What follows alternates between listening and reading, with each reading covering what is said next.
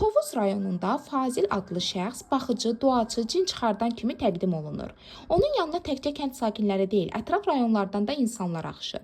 İnsanlar çarəsizlikdən, xəstəlikdən, ruhi gərginlikdən çıxış yolu axtararkən, Fazil adlı şəxs isə bu vəziyyətdən pul qazanmaq üçün istifadə edir. Fazilin fəaliyyəti nə rəsmi qeydiyyatdan keçib, nə də hər hansısa dini və ya tibbi təhsilə əsaslanır. O insanlara sənin üzərində qarabasma var, səni bağlayıblar, evində cin var kimi ifadələrlə qorxu salaraq onlardan böyük məbləğlər alır.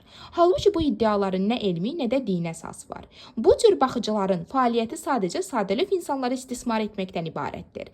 Ən acınacaqlısı isə odur ki, bəzi ailələr tibbi müalicə əvəzinə bu cür adamlara inanaraq sağlamlıq problemini vaxtında həll etmir və nəticədə insan həyatı təhlükə altına düşür. Sual olunur, niyə aidiyyatı qurumlar bu fəaliyyətə göz yumur?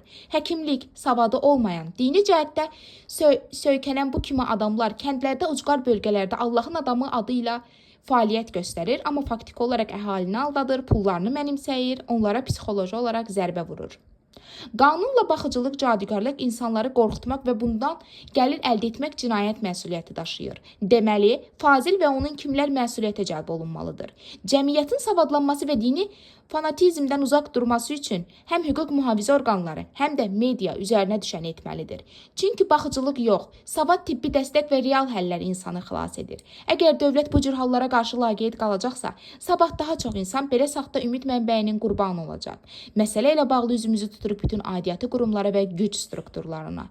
Fazil adlı bu dırnaqarası möcüzə adı altında fırıldaqçılıq edən şəxs barəsində ciddi araşdırma aparılmasını və barəsində lazımi tədbirlərin görülməsini xahiş edirik. Məsələ ilə bağlı araşdırmamız davam edir. Qarşı tərəfin mövqeyini dinləməyə hazırıq.